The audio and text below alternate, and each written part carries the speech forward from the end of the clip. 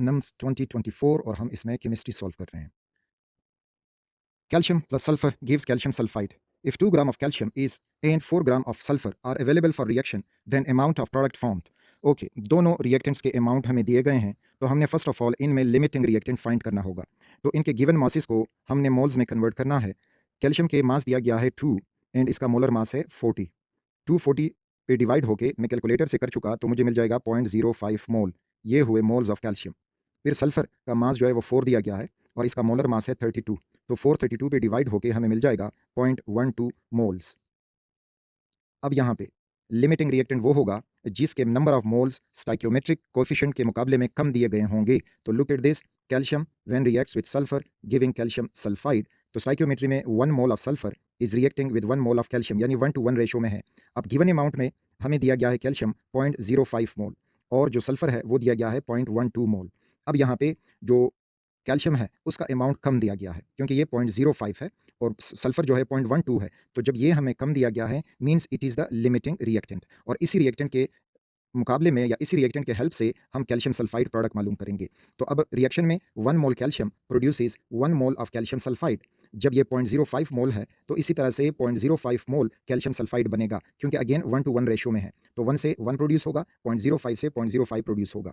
अब उन्होंने answer masses में फाइंड करना है, हमने मोल्स मालूम किए। तो अब ये मोल्स को जब हम कन्वर्ट करेंगे मास में तो मोलर मास से इसको मल्टीप्लाई करें, you will get the mass. तो 0.05 मोल्स हैं और molar mass 40 for calcium and 32 for sulphur, you will gate 72। तो 72 से इसको मल्टीप्लाई करेंगे हमें मिल जाएगा mass of the calcium sulphide.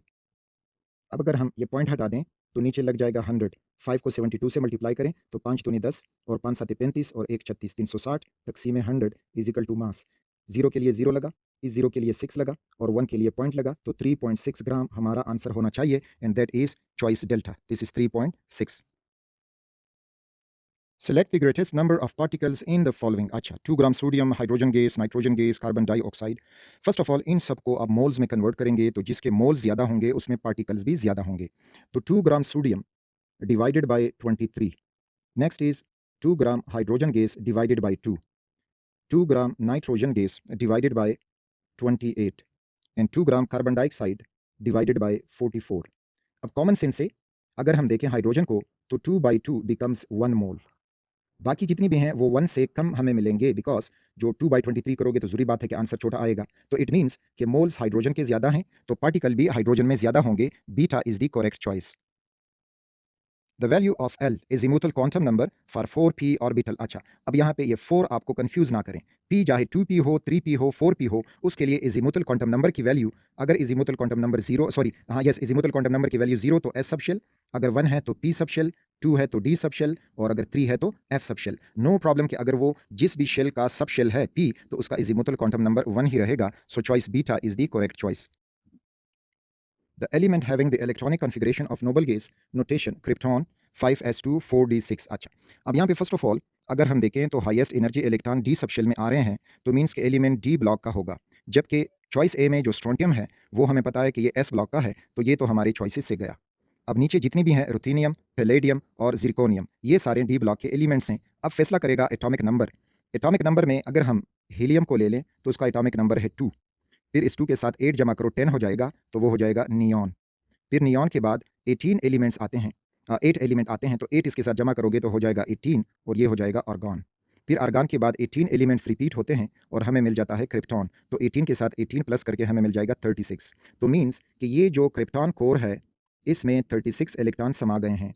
अब उसके बाद 5s2 है, दैट इज़ 5s2 और फिर है 4d6, तो 36 प्लस 2 प्लस 6 38 और 6 44। तो 44 एटॉमिक नंबर वाला हमारा चॉइस होगा और वो हमें रुथेनियम मिल रहा है 44 ऊपर वाला उसका मास नंबर या एटॉमिक मास है। So beta is the correct choice. Choose the allowed sets of quantum number from the following. Principal quantum number की वैल्यू 3, तो इजिमुथल क्वांटम नंबर की वैल्यू 3 से कम होगी, 0 1 2 हो सकती है, it is allowed. Magnetic quantum number की भी 0 अप टू 2 हो सकती है। Principal quantum number 3, azimuthal quantum number फिर 3 नहीं हो सकता, it is not allowed. Principal quantum number 4, azimuthal quantum number 3 हो सकता है, लेकिन अब मैग्नेटिक क्वांटम नंबर 3 या 3 से कम होगा, यहाँ पे 4 दिया गया है, it's not allowed. Principal quantum number की वैल्यू 4, इजिमुथल क्वांटम नंबर की वैल्यू 0 2 3 हो सकती है। फिर उसके बाद मैग्नेटिक क्वांटम नंबर की वैल्यू 3 तक हो सकती है, 4 नहीं हो सकती, so it is not allowed. So the correct choice is alpha. A gas volume of 10 cubic decimeter at 10 degree Celsius, at what temperature the volume of the gas is reduced to half? अच्छा, remember Charles law में जो trick दिया जाता है तो वो temperature आपने ज़रूर कन्वर्ट करना होगा केल्विन में, वरना चार्ल्स लॉ ओबे नहीं होगा। तो 2 जो 73 केल्विन है, इसके साथ ये 10 प्लस करें तो ये आपको मिल जाएगा 283 केल्विन। अब इसको जब सॉल्व करोगे तो V1 divided by T1 equals to V2 divided by T2।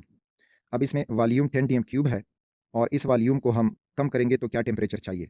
तो V1 हमें दिया गया है 10 क्यूबिक डेसीमीटर और जो T1 है वो दिया गया है 283 इक्वल्स V2 कितना दिया गया है? कहते हैं कि रिड्यूस टू हाफ, यानी वो हुआ 5 क्यूबिक डेसीमीटर और कहते हैं कि T2 को मालूम करें। मल्टीप्लिकेशन करके T2 के लिए ये सॉल्व कर दो। T2 जब इधर आएगा तो 283 मल्टीप्लाइड 5 एंड डिवाइडेड बाई 10। 10 से ये 5 एकम 5, 5 दूनी 10, 2 एकम 2 और इसको डिवाइड कर दें बाई 2। तो 283 को जब हम डिवाइड करते हैं तो वो हमें मिल जाता है 142 kelvin, that is choice Charlie. The relationship between the absolute temperature and the velocities of gas molecule is given by, तो straightforward root mean square velocity के बारे में आपने याद हो पढ़ा होगा और उसको जब हम डिराइव करते हैं तो हमें इक्वेशन मिल जाता है alpha, that is velocity is equal to under root 3RT divided by m। This is the choice. The maximum polarisability is exhibited in, अच्छा, इन सब में से आप सारे नॉन पोलर हैं और नॉन पोलर मॉलिक्यूल में लंडन डिस्पर्शन फोर्सेस होती हैं। अब जिसमें नंबर ऑफ एटम्स ज़्यादा होंगे उसमें लंडन डिस्पर्शन फोर्सेस भी स्ट्रॉन्ग होंगी and they are because of their more polarisability. तो इसमें जो फर्स्ट वन है C6H14 दैट इज हेक्सेन, तो हेक्सेन में पोलराइजेबिलिटी ज़्यादा है। This is why hexane has higher melting boiling point than the rest of these, तो choice alpha is correct. Which of the following compound have any characteristic heat of fusion except, अच्छा, अब इसमें हमें ionic solid sodium chloride दिया गया है, aluminium oxide दिया गया है और सिलिकेट्स दिए गए हैं, जबकि आयरन ऑक्साइड भी। अब इनमें जो सोडियम क्लोराइड है, एल्यूमिनियम ऑक्साइड है, सिलिकेट्स है, इनका एक फिक्स्ड हीट ऑफ फ्यूजन मालूम नहीं, क्योंकि इनमें मुख्तलिफ किस्म के फोर्सेस एक्ट करती हैं। और जो आयरन ऑक्साइड है, इसमें एक ही किस्म की अट्रैक्टिव फोर्सेस होती हैं जो हमें उसका एक फिक्स्ड हीट ऑफ फ्यूजन दे जाता है। So that is choice Charlie, iron oxide. बाकी की लेटेस्ट एनर्जी बहुत ज़्यादा होती है और ज़्यादा लेटेस्ट एनर्जी होने की वजह से उनका हीट ऑफ फ्यूजन हम फिक्स पॉइंट पे कैलकुलेट नहीं कर सकते। So iron oxide is the choice. If the external pressure is reduced to half, the boiling point of ethanol will be, अच्छा, अब हमें इथेनॉल का बॉइलिंग पॉइंट नहीं दिया गया, लेकिन वो कह रहे हैं कि ग्रेटर देन 78, लेस देन 78, तो मीन्स कि 78 ही उसका बॉइलिंग पॉइंट है, 78 डिग्री सेल्सियस। अब जब प्रेशर रिड्यूस होगा तो रिड्यूस्ड प्रेशर के साथ बॉइलिंग पॉइंट भी कम होता है, तो 78 से उसका बॉइलिंग पॉइंट कम हो जाएगा, क्योंकि boiling point is directly proportional to the pressure. When you reduce the pressure boiling point decreases, तो हमें मिलेगा less than 78 degree Celsius, that is beta choice. Iodine is a poor conductor of electricity because, okay, crystal structure दिए गए हैं। First of all ये question nonsense बन रहा है, इसलिए कि कंडक्टिविटी का क्रिस्टल स्ट्रक्चर से कोई रिलेशन नहीं है। कंडक्टिविटी का रिलेशन फ्री इलेक्ट्रॉन्स के साथ या फिर फ्री आइंस के साथ होता है। चाहे वो जिस क्रिस्टल का भी हो, उसमें अगर फ्री इलेक्ट्रॉन हो या फ्री आइंस हो तो वो कंडक्टर होगा। अब यहाँ पे उन्होंने ये क्वेश्चन इस तरह पूछ लिया है जो पूछना नहीं चाहिए। बहरहाल आयोडीन सॉलिड फॉर्म में फेस सेंटर्ड क्यूबिक स्ट्रक्चर रखता है, दैट इज अल्फा चॉइस, और ये एक्सरे टेक्नोलॉजी से कैलकुलेट होते हैं, तो हमने बस ये याद रखने होंगे, इनके लिए कोई शॉर्टकट नहीं है कि यही है तो ये उसका क्रिस्टल स्ट्रक्चर होगा। तो face centred cubic is the structure of iodine. Predict the shape of caesium chloride having radius ratio of 0.93, अच्छा, रेडियस रेशियो केटाइन का रेडियस डिवाइडेड बाय एनाइन का रेडियस, जितना रेडियस रेशियो ज़्यादा आएगा उतना उसका कोऑर्डिनेशन नंबर भी ज़्यादा होगा।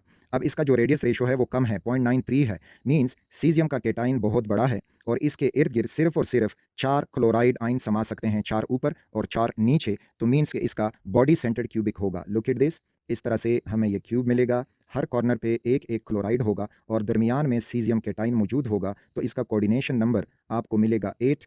8 क्लोराइड आइंस हैं और ये वो पीछे वाला क्लोराइड आइन इस तरह से, तो ये body centred cubic crystal lattice रखता है, that is C, Charlie answer.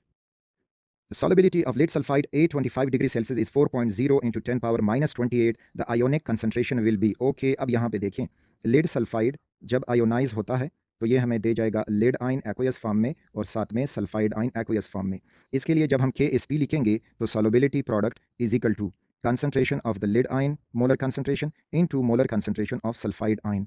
अब KSP की वैल्यू दी गई है 4.0 इंटू 10 पावर माइनस 28 इक्वल्स, और ये आइंस का कंसंट्रेशन हमसे पूछ रहे हैं कि इनका कंसंट्रेशन क्या होगा। तो सपोज करें कि लीड भी x है और सल्फाइड भी x है, तो दोनों मिलके x स्क्वायर हो जाएंगे, तो इस तरह से 4.0 into 10 power minus 28 equals x square. दोनों साइड का अंडर रूट ले लें, यहाँ से ये इसके साथ ख़त्म हो जाएगा और अगर आप देखोगे अंडर रूट जो है इसको मैं सॉल्व कर रहा हूँ 4.0 इंटू 10 पावर माइनस 28 और ये हो जाएगा 1.2 1/2। अच्छा, तो 28 जब 2 पे डिवाइड होगा तो वो हमें मिल जाएगा 14 और इस तरह से 4 हमें मिलेगा 2 का स्क्वायर, तो ये हमें मिल जाएगा 2 into 10 power minus 14, 2 into 10 power minus 14 is X. This is the concentration of lead ion as well as sulfide ion and the answer is beta.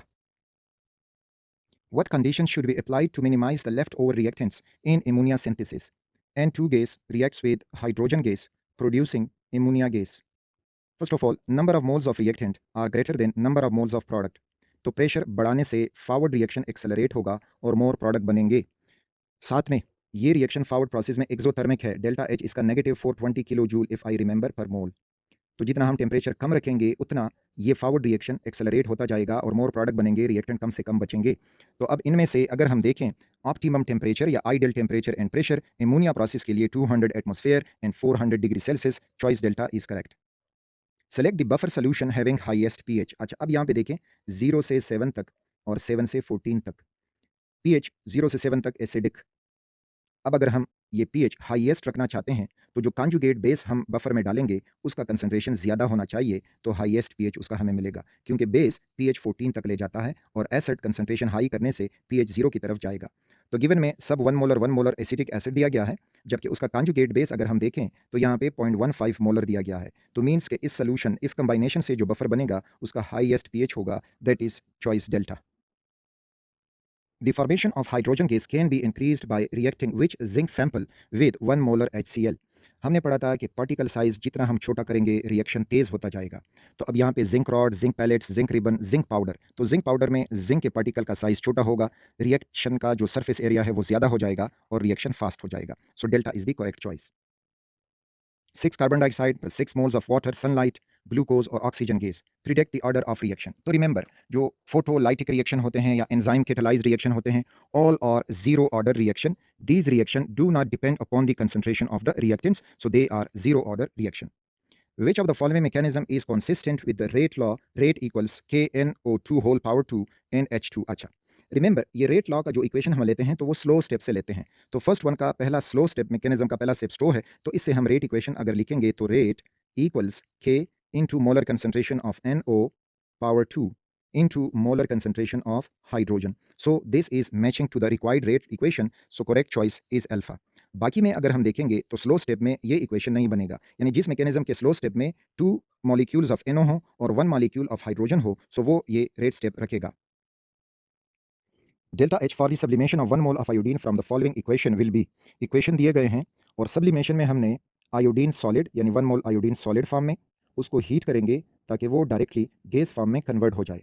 तो first of all in equation में हमें solid iodine नज़र नहीं आ रहा, दोनों same equations हैं और उनकी इंथैल्पीज़ हमें डिफरेंट दी गई हैं, हालांकि दोनों की कंडीशन भी सेम है। तो इसमें अब मेरा जो आइडिया है वो ये होगा कि इसमें जो हमें मिलेगा, ये जो आयोडीन है ये सॉलिड फॉर्म में, स्टैंडर्ड फॉर्म में ये होगा और फिर इक्वेशन 2 को हम रिवर्स करके इस इक्वेशन के साथ ऐड करेंगे। तो अब देखो इसको, फर्स्ट इक्वेशन में लिख रहा हूँ हाइड्रोजन गैस, बस गैस उसके साथ नहीं लिखता, आयोडीन 2 सॉलिड लिखा, आगे गया 2 हाइड्रोजन आयोडाइड गैस बना और उसके साथ जो एंथैल्पी है 51.8 किलो जूल पर मोल।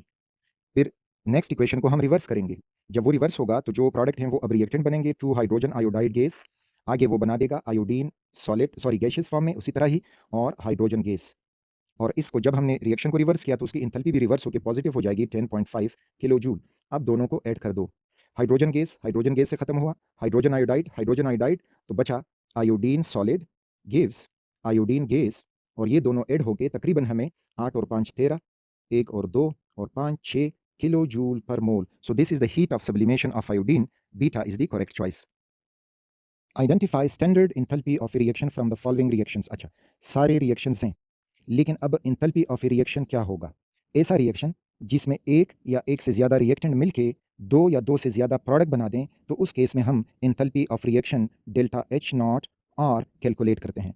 तो अब अगर आप चॉइस सी में देखें, aluminium solid, iron oxide solid, aluminium oxide solid और आयरन सॉलिड बनता है, तो दो रिएक्टेंट्स हैं और दो प्रोडक्ट्स बन रहे हैं, so this is enthalpy of reaction. बाकी भी रिएक्शन है, ऊपर में H2 गैस और ऑक्सीजन गैस, लेकिन एक प्रोडक्ट वाटर लिक्विड फॉर्म में बनता है, तो ये रिएक्शन कहलाएगा enthalpy of formation of water. इसी तरह से ये अगर आप देखोगे तो ये एक हाफ स्टेप दिया गया है enthalpy of formation of carbon dioxide में। और इसी तरह से डेल्टा चॉइस देखोगे तो उसमें सल्फर ट्राइऑक्साइड गैस बन रहा है from its element sulphur in standard state और oxygen in standard state. So choice C is the enthalpy for the reaction. Expansion takes place when a gas is evolved during a chemical reaction between marble chips and dilute hydrochloric acid. Predict the energy change and work done. अच्छा, अब यहाँ पे जब हम container में marble chips calcium carbonate डालते हैं, ऊपर से इसमें हम HCl डाल देंगे डाइल्यूट फॉर्म में, तो रिएक्शन खुद ब खुद शुरू हो जाएगा। इस रिएक्शन के दौरान कैल्शियम क्लोराइड बनेगा और साथ में कार्बन डाइऑक्साइड बनेगा। अब ये कार्बन डाइऑक्साइड गैस ऊपर को जाएगा। अगर हम कोई पिस्टन रख दें तो पिस्टन विल मूव अप। तो जब सिस्टम काम करे यानी work done bye over the surrounding हो जाए बाय द सिस्टम, तो W होगा नेगेटिव। दूसरी तरफ HCl और कैल्शियम कार्बोनेट का रिएक्शन स्पॉन्टेनियस होता है, इसमें हम किसी किस्म का हीट ऐड नहीं करते, तो मीन्स कि इसमें Q विल बी नेगेटिव। तो इस सिस्टम में Q heat will be negative यानी एक्सोथर्मिक होगा, as well as work done will be negative यानी work done by the system होगा। So we are having W is negative, Q is positive, no, choice A. Where is that? Q is positive, W is positive, हमें Q negative चाहिए। Q is positive, W is positive, no. Q is positive, no work is done, no. ये दो तो नहीं है। W is negative, Q is positive, यहाँ पे W is positive, Q is negative, no. तो चॉइस इसमें हमें मिलना चाहिए Q नेगेटिव, W नेगेटिव। लेकिन फिर अगर हम तुक्का लगा दें, W तो नेगेटिव होगा, तो चॉइस बी में W नेगेटिव है, बाकी सब में W पॉजिटिव है, तो यहाँ पे beta is the correct choice according to our तुक्का। The next, zinc rod acts as cathode when coupled with magnesium electrode. This is because the reduction potential of zinc. अच्छा, cathode वो जिस पे reduction होगा, गेन ऑफ इलेक्ट्रॉन होगा। Anode वो जिस पे ऑक्सीडेशन होगा, लॉस ऑफ इलेक्ट्रॉन होगा। तो अब जिंक रॉड एक्ट कर रहा है कैथोड, यानी जिंक जो है it has greater power to gain electron from magnesium, और वो पावर है इसका reduction potential. So zinc has greater reduction potential than magnesium. Alpha is the correct choice. Placing a rod of iron metal in a solution of copper sulphate. Iron हुआ और solution में copper ions हैं। Copper has greater reduction potential than iron, तो iron से ये electron gain करेगा और खुद डिपॉजिट होता जाएगा। So copper will be deposited, that is alpha choice. In chloroform CH3Cl bond length of chlorine carbon bond length जो है वो 176.7 पिकोमीटर है। And covalent radius of chlorine atom is 99.4 picometer. The covalent radius of carbon atom is, अच्छा अब ये जो covalent radius है, क्लोरीन का कोवेलेंट रेडियस प्लस कार्बन का कोवेलेंट रेडियस, उनको ऐड करके हमें ये 176.7 मिला है। तो इसमें 176.7 में क्लोरीन का रेडियस हमें दिया गया है 99.4, तो इससे इसको माइनस करोगे, so you will get 77.3 picometer. Delta is the choice. Correct order of decreasing electron affinities of group 7 is, यहाँ पे आपने बस हमेशा के लिए याद रखना होगा कि फ्लोरीन की जो इलेक्ट्रॉन एफिनिटी है वो क्लोरीन से कम है। तो chlorine greater than fluorine, fluorine greater than bromine and bromine greater than iodine. Beta is the correct choice. Predict the highest bond energy of the following single bonds. सारे bond जो हैं वो hetero atoms, just एक जो है वो carbon carbon का है। तो रिमेंबर, जितना चेंज इन इलेक्ट्रोनेगेटिविटी एटम्स में ज़्यादा होगा उतना उनकी बॉन्ड एनर्जी भी ज़्यादा होगी। So we have carbon bond oxygen, यहाँ पे इलेक्ट्रोनेगेटिविटी डिफरेंस ज़्यादा है, so Charlie is the correct choice for having highest bond energy. Identify the type of hybridisation of nitrogen in the following molecule. Nitrogen is over here. इसमें अगर हम nitrogen देखें जो benzene ring से bonded है, उसने एक सिग्मा बॉन्ड, दूसरा सिग्मा बॉन्ड और दो पाई बॉन्ड बनाए हैं। इसी तरह से अगर आप ये नाइट्रोजन देखोगे तो इस नाइट्रोजन ने एक सिग्मा बॉन्ड बनाया है और दूसरा जो है वो पॉजिटिव चार्ज रखने से या क्लोरीन के साथ सिग्मा बॉन्ड बनाया है। तो जब भी एक एटम दो सिग्मा बॉन्ड बनाता है उस वक्त उसकी हाइब्रिडाइजेशन sp होती है। So this is alpha choice, क्योंकि पाई बॉन्ड हाइब्रिड ऑर्बिटल से नहीं बनते, ये हमेशा अनहाइब्रिड ऑर्बिटल से बनेंगे। जब एक एटम हाइब्रिडाइजेशन कर जाए तब जाके वो पाई बॉन्ड अनहाइब्रिड एटम से बनाएगा, और जिसने जो सिग्मा बॉन्ड बनाए होंगे तो वो हाइब्रिड ऑर्बिटल से बनाएंगे। तो अगर वो दो सिग्मा बॉन्ड बना चुका है तो मीन्स कि उसका sp हाइब्रिडाइजेशन है। अगर वो नाइट्रोजन तीन सिग्मा बॉन्ड बना दे तो एक उसके साथ लोन पेयर होगा, तो फिर जो स्टीरिक नंबर है वो 4 हो जाता है, sp3 हाइब्रिड हो जाता है। So alpha is the correct choice. Compound X plus sodium carbonate gives compound Y plus carbon dioxide and H2O. The compound Y is, अच्छा इस कंपाउंड के बारे में वो पूछ रहे हैं। रिमेंबर, जब हम सोडियम कार्बोनेट को किसी एसिड के साथ रिएक्ट करते हैं तो वो कार्बन डाइऑक्साइड रिलीज कर देता है, और इधर जो है अगर बनेगा तो उसी कंपाउंड एसिड एक्ट करेगा और यहाँ पे सोडियम का साल्ट बनेगा। तो अगर हम इधर कंपाउंड एसिटिक एसिड लेते हैं, दैट इज CH3CH2, चले ये लेते हैं जो इन्होंने इधर लिखा है CH2COOH, that is propanoic acid. इसका रिएक्शन जब हम सोडियम कार्बोनेट के साथ करेंगे Na2CO3, तो ये प्रोड्यूस करेगा sodium propanoate, that is CH2 COONA और साथ में कार्बन डाइऑक्साइड एंड वाटर। तो अब वो कह रहे हैं कि द कंपाउंड वाई इज़, तो कंपाउंड वाई सोडियम का एक साल्ट होना चाहिए, लेकिन यहाँ पे बिल्कुल हमें कोई साल्ट नहीं मिल रहा। अगर फिर हम देखें तो अगर वो कह रहे हैं कि compound x, so the compound x is, तो कंपाउंड एक्स जो है यहाँ पे बनता है दिस प्रोपेनोइक एसिड, क्योंकि एसिड ही ये रिएक्शन परफॉर्म कर सकता है, तो choice D is correct choice. लेकिन वाई और एक्स में कन्फ्यूजन उन्होंने छोड़ दिया है। अगर वाई का पूछ रहे हैं तो वाई फिर इस किस्म का एक कंपाउंड होना चाहिए, उस एसिड का सोडियम कार्बोक्सिलेट साल्ट जिसको कहते हैं। The next one compound A plus iodine Na2CO3, compound B दे जाते हैं प्लस RCOONA यानी sodium carboxylate salt, sodium iodide और प्लस H2O। अच्छा, इस किस्म का रिएक्शन हम आयोडोफॉर्म टेस्ट में करते हैं। तो आयोडोफॉर्म टेस्ट इनमें से अगर दिया गया है तो वो एसीटोन ये कंपाउंड रिएक्टेस दे सकता है। और फिर कहते हैं कि आइडेंटिफाई कंपाउंड बी, तो कंपाउंड बी यहाँ पे क्या बनेगा? तो रिमेंबर आयोडोफॉर्म टेस्ट में उस कंपाउंड का एक बन जाता है सोडियम कार्बोक्सिलेट साल्ट और दूसरा कोई कार्बोक्सिलिक एसिड। तो नीचे गिवन में जो हमें कार्बोक्सिलिक एसिड मिल रहा है that is 8 choice beta acetic acid, so beta is the choice कि कंपाउंड बी जो है वो एसिटिक एसिड बनेगा। और इसी एसिटिक एसिड तब बनेगा जब वहाँ पे हमें आयोडोफॉर्म CH3I मिल जाता है उस स्टेप में, और उसके साथ CHI3, sorry not CH, that is CHI3, this is iodoform मिल जाता है। तो ये जो मिल जाता है फिर जाके ये कंपाउंड हमें मिलेगा। तो एक तो इस रिएक्शन में इन्फॉर्मेशन भी इनकम्प्लीट दी गई है, क्योंकि यहाँ पे फर्स्ट ऑफ ऑल आयोडीन बनेगा और वो कुछ यूँ अटैच हो जाएगा with ketone that is CH3 और यहाँ पे C और इसके साथ 3 आयोडीन इस किस्म से अटैच्ड हो जाएँगे, और फिर ये जाके आगे हमें दे जाएगा कोई carboxylic acid. Select the carboxylic acid with the highest melting point. अच्छा, कार्बोक्सिलिक एसिड के मेल्टिंग पॉइंट में एक इर्रेगुलर ट्रेंड एग्जिस्ट करता है, और इसमें जो इवन नंबर कार्बोक्सिलिक एसिड होते हैं तो उनका मेल्टिंग पॉइंट हाई आता है, और जो ऑड नंबर होते हैं तो उनका मेल्टिंग पॉइंट लो आता है। लेकिन एनी हाउ यहाँ पे ethanoic acid, propanoic acid, butanoic acid और पेंटेनोइक एसिड, तो इन तीनों में से अगर आप मेल्टिंग पॉइंट देखोगे you will get the highest melting point for ethanoic acid या acetic acid, alpha is the correct choice. Identify the following compound having shortest bond length. Methyl amine, तो यहाँ पे C और NH2 बॉन्डेड है और ये CH3। Formaldehyde में H C double bond O और फिर जाके H, this is formaldehyde. Formic acid में H C double bond O फिर OH, this is formic acid. और इथेनॉल में आपको मिलेगा CH3 CH2 OH। अब यहाँ पे ये नहीं बताया गया है कि शॉर्टेस्ट बॉन्ड लेंथ किसका, कार्बन ऑक्सीजन के डबल बॉन्ड का या कार्बन हाइड्रोजन का या कार्बन नाइट्रोजन का या कार्बन ऑक्सीजन सिंगल बॉन्ड का। तो ये एम्बिग्विटी इस क्वेश्चन में इधर मौजूद है। तो identify the following compound having shortest bond length, तो किसका बॉन्ड लेंथ शॉर्टेस्ट होगा, कौन से बॉन्ड का होगा, क्योंकि डिफरेंट बॉन्ड्स हमें इधर मिल रहे हैं। तो इसमें आप एक सेलेक्ट नहीं कर सकते। अगर आपने कार्बन नाइट्रोजन को सेलेक्ट किया तो आगे फिर कार्बन हाइड्रोजन भी है, कार्बन OH ग्रुप भी है, कार्बन कार्बन भी है, कार्बन OH ग्रुप भी है। So there is ambiguity in this question, ambiguous question. The next one, identify the alkene which gives only one type of aldehyde upon ozonolysis. तो ओजोनालिसिस में जो भी अल्कीन होगा, यानी कार्बन कार्बन डबल बॉन्ड है, इस डबल बॉन्ड पे वो टूट के आगे हमें एल्डिहाइड भी दे सकता है प्लस कीटोन भी दे सकता है, दोनों दे सकते हैं, या दोनों जो हैं कीटोन दे सकता है या दोनों जो हैं वो एल्डिहाइड दे सकता है। तो वो कह रहे हैं कि one type of aldehyde upon ozonolysis, तो उससे हमें क्या मिलेगा? So look at the two butene में CH3 CH double bond CH and CH3, ये हमें मिल रहा है टू ब्यूटीन।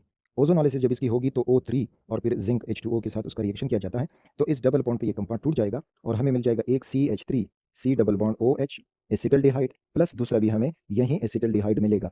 तो ये जो टू ब्यूटीन है इसकी ओजोनॉलिसिस करके हमें एसिटल्डिहाइड के मॉलिक्यूल दे जाता है। So choice Charlie is the correct choice. Identify the correct increasing order of reactivity of carbonyl compound towards nucleophilic addition. अच्छा, अब इसमें कार्बोनाइल कंपाउंड एल्डिहाइड है, कीटोन है और साथ में फिर एल्डिहाइड है, यानी एल्डिहाइड और कीटोन्स में हमने डिसीजन करना होगा। अमूमन एल्डिहाइड्स जो भी होता है they are more reactive than ketones because of aldehyde में इलेक्ट्रॉन डोनेटिंग ग्रुप कम हो जाते हैं, कीटोन में इलेक्ट्रॉन डोनेटिंग ग्रुप ज़्यादा हो जाते हैं। इसी तरह से जो स्टीरिक हिंड्रेंस है तो वो कीटोन में ज़्यादा होती है, एल्डिहाइड में कम होती है। अब एल्डिहाइड में हमने which one will be more reactive, तो ये अल्काइल ग्रुप डिसाइड करेगा। अगर ये हाइड्रोजन है तो formaldehyde that is more reactive then, अगर ये CH3 है तो मोर रिएक्टिव देन दिस एसिटल्डिहाइड, और अगर ये CH3 CH2 और फिर जाके CHO है तो formaldehyde will be more reactive than acetaldehyde, acetaldehyde more reactive than propionaldehyde और फिर कीटोन की। तो अब हमने ये आर्डर इसमें ढूंढना होगा। तो इस आर्डर को अगर हम देखते आएंगे तो वी आर गेटिंग सबसे स्लो रिएक्टिव कीटोन होगा, यहाँ पे ये कीटोन है, इस चॉइस में यहाँ पे ये कीटोन है, अगले में आपको कीटोन इधर मिल रहा है और दूसरे में भी कीटोन इधर मिल रहा है। तो आर्डर ये होना चाहिए कि ये जो कीटोन है it must be less reactive than propionaldehyde, it must be less reactive than ethanol या acetaldehyde, and acetaldehyde must have less reactive than formaldehyde. तो इसमें इस एसीटोन को आगे लाना चाहिए, फिर जाके चॉइस डी जो है वो करेक्ट चॉइस बन जाएगा। Bakelite is formed upon polymerisation of, तो फिनोल और फॉर्मल्डिहाइड का रिएक्शन होके बेकेलाइट पॉलीमर बनता है। तो सब में फिनोल है और फर्स्ट वन में आपको इधर फॉर्मल्डिहाइड मिल रहा है, तो फॉर्मल्डिहाइड का रिएक्शन जब फिनोल के साथ होता है तो उससे बेकेलाइट बनता है। So alpha is the correct choice. The increasing order of reactivity of alcohol towards nucleophile is, अच्छा आर्डर तो ये है कि tertiary alcohol are more reactive than secondary alcohol, more reactive than primary alcohol and more reactive than methyl alcohol. ये order होना चाहिए। तो वो कह रहे हैं कि इंक्रीजिंग ऑर्डर, तो मीन्स के पहले हमने प्राइमरी अल्कोहल को ढूंढना होगा, फिर जाके सेकेंडरी अल्कोहल और फिर जाके हमें मिलना चाहिए टर्शरी अल्कोहल। तो अब अगर हम इनमें देखते जाएँ तो कंपाउंड हमें दिया गया है 2 मिथाइल 2 पेंटेनॉल, तो इसका स्ट्रक्चर बनाओगे तो 1 2 3 4 5, 2 पे मिथाइल है तो इधर हमने अटैच किया एक मिथाइल और इधर ही OH मौजूद है, so it is a tertiary alcohol. Next जो दिया गया है 3 मिथाइल 2 पेंटेनॉल, अब यहाँ पे 1 2 3 4 5, 3 पे मिथाइल है तो 1 2 3 यहाँ पे मिथाइल कर देंगे और 2 पेंटेनॉल यहाँ पे OH हो जाएगा। सो ये हुआ हमारे पास एक सेकेंडरी अल्कोहल।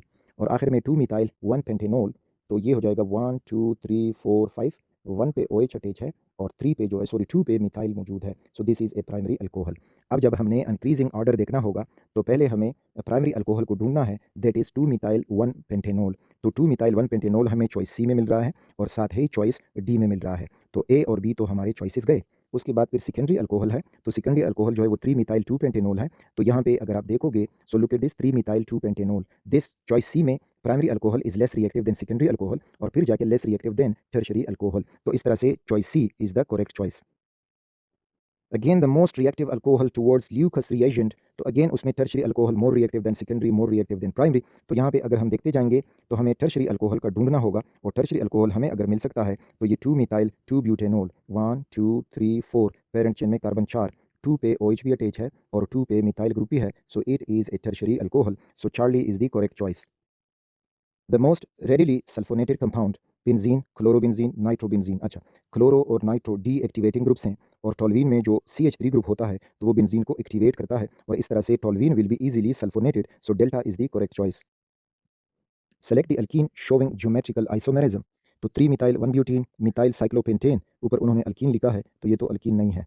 उसके बाद 2 3 डाईमिथाइल 2 ब्यूटीन और 3 मिथाइल 2 पेंटीन। अब इनका अगर हम स्ट्रक्चर ड्रॉ करते जाएंगे तो हमें ज्योमेट्रिक आइसोमेरिज्म वाला मिल जाएगा। 3 मिथाइल 1 ब्यूटीन को देखें, 1 2 3 4 और 1 पे डबल बॉन्ड हुआ और 3 पे मिथाइल आपको मिला, दिस इज CH3। अब यहाँ पे कार्बन के साथ दोनों हाइड्रोजन बॉन्डेड हैं तो इस वजह से ये सिस ट्रांस आइसोमेरिज्म शो नहीं करेगा, this that is the double bond carbon, तो ये शो नहीं करेगा। 2 3 डाईमिथाइल 2 ब्यूटीन 1 2 3 4 और 2 ब्यूटीन है तो डबल बॉन्ड हम इधर लगा देंगे और 2 पे मिथाइल है और 3 पे मिथाइल है तो 1 2, 2 पे हमने मिथाइल लिखा, दैट इज CH3। यहाँ पर भी है CH3 और फिर 3 पे भी है तो 2 3 पे भी यहाँ आपको मिथाइल मिलेगा, ये भी मिथाइल मिलेगा। अब ये भी जो है सिस ट्रांस आइसोमेरिज्म शो नहीं करेगा क्योंकि जो कार्बन है डबल बॉन्डेड कार्बन दोनों के साथ सिमिलर ग्रुप अटैच हैं तो इस वजह से ये भी शो नहीं करेगा। नेक्स्ट जो बचता है 3 मिथाइल 2 पेंटीन, तो 3 मिथाइल 2 पेंटीन हमें 1 2 3 4 5, 2 पेंटीन है तो इधर हमारे पास डबल बॉन्ड बनेगा और 3 पे मिथाइल है 1 2 3, इधर ये मिथाइल आया। तो अब यहाँ पे देखो दिस इज CH3 इंड है, यहाँ पे H है, यहाँ पे CH3 है और ये सारा जो है इथाइल ग्रुप है, फ्रॉम हेयर टू हेयर ये इथाइल ग्रुप है। अब अगर हम देख लें तो इसके एक साइड पे दो सिमिलर ग्रुप हमें मिल रहे हैं, सो मीन्स के it is A cis isomer और इसका अगर हम ट्रांस आइसोमर बनाएंगे तो फिर हमें ये कुछ यूँ मिलेगा 1 2 3 4 5, ये हो जाएगा डबल बॉन्ड। अब क्या करें कि ये जो मिथाइल हमने आखिर में नीचे लिखा था इसको ऊपर लिख दें कि दिस इज CH3 और यहाँ पे वो H लगा दें और इधर है वो CH3। अब जो दो सिमिलर ग्रुप हैं वो डबल बॉन्ड के अपोजिट साइड ट्रांसवर्स साइड पे आ गए हैं तो इस वजह से अब ये ट्रांस आइसोमर शो करेगा, सो delta is the correct choice जो हमें ट्रांसिस ट्रांस आइसोमेरिज्म यानी ज्योमेट्रिक आइसोमेरिज्म शो करवाएगा। The next one, trend in ionization energy of group 1 elements in increasing order will be amazing. बताया गया है कि ग्रुप 1 एलिमेंट्स और यहाँ पे हमें दिए गए हैं थर्ड पीरियड वाले एलिमेंट्स। अमेजिंग क्वेश्चन, बनाने वाले ने इतना तक नहीं सोचा। अब अगर ये थर्ड पीरियड वाले हैं तो थर्ड पीरियड वाले में ऑर्डर हमें ये मिलता है, सोडियम की आयोनाइजेशन एनर्जी कम है, मैग्नीशियम की बढ़ जाती है, एल्यूमिनियम की कम हो जाती है, फिर जाके सिलिकॉन है इंक्रीजेस, फास्फोरस आ रहा है तो इंक्रीजेस, नाइट्रोजन पे थोड़ी सी डिक्रीज हो जाएगी या सॉरी फास्फोरस पे जो हमारे पास फिफ्थ ग्रुप का मेंबर है, फिर chlorine increases and argon increases, तो हमें ऑर्डर कुछ यूँ मिलेगा, this is sodium, this is magnesium, this is aluminium, this is silicon, phosphorus, sulphur, chlorine and argon. तो अब उन्होंने हमें एल्यूमिनियम तक जो है वो प्रोसेस दिया है, तो यहाँ पे ऑर्डर अब अगर हमें मिलेगा तो वो कुछ यूँ मिलेगा कि sodium less than magnesium, magnesium less than aluminium, aluminium less than silicon, silicon less than phosphorus, phosphorus less than sulphur, sulphur less than chlorine and chlorine less than argon. तो sodium magnesium less than aluminium नहीं, यहाँ पे ये होना चाहिए कि magnesium greater than aluminium और aluminium पे लेस देन सिलिकॉन, तो एक पॉइंट तो आप ये टिक लगा दें। Magnesium less than sodium no, ये अब नहीं हो सकता। Silicon less than aluminium no, silicon की ज़्यादा है तो ये भी नहीं हो सकता। Aluminium less than silicon, aluminium less than silicon correct है। Silicon less than sodium no, silicon का ज़्यादा तो ये भी नहीं आ रहा। लेकिन यहाँ पे जो गलती है वो ये कि मैग्नीशियम ग्रेटर देन एल्यूमिनियम, तो इधर ग्रेटर देन का साइन लगना चाहिए और choice alpha is correct. When a metal carbonate is heated at 100 degrees Celsius, which of the following compound will readily decompose? अच्छा, बेरियम, मैग्नीशियम, बेरिलियम और strontium. हमें order कुछ यूँ मिलता है कि दिस इज बेरिलियम, मैग्नीशियम है, कैल्शियम, स्ट्रोंटियम और barium. Down the group thermal stability increases, तो यानी 100 डिग्री सेल्सियस पे जो डिकम्पोज हो पाएगा तो वो बेरिलियम कार्बोनेट होगा, and beryllium carbonate is choice C. So that's all for this नम्स test 2024। Hope wishing you all the best every time.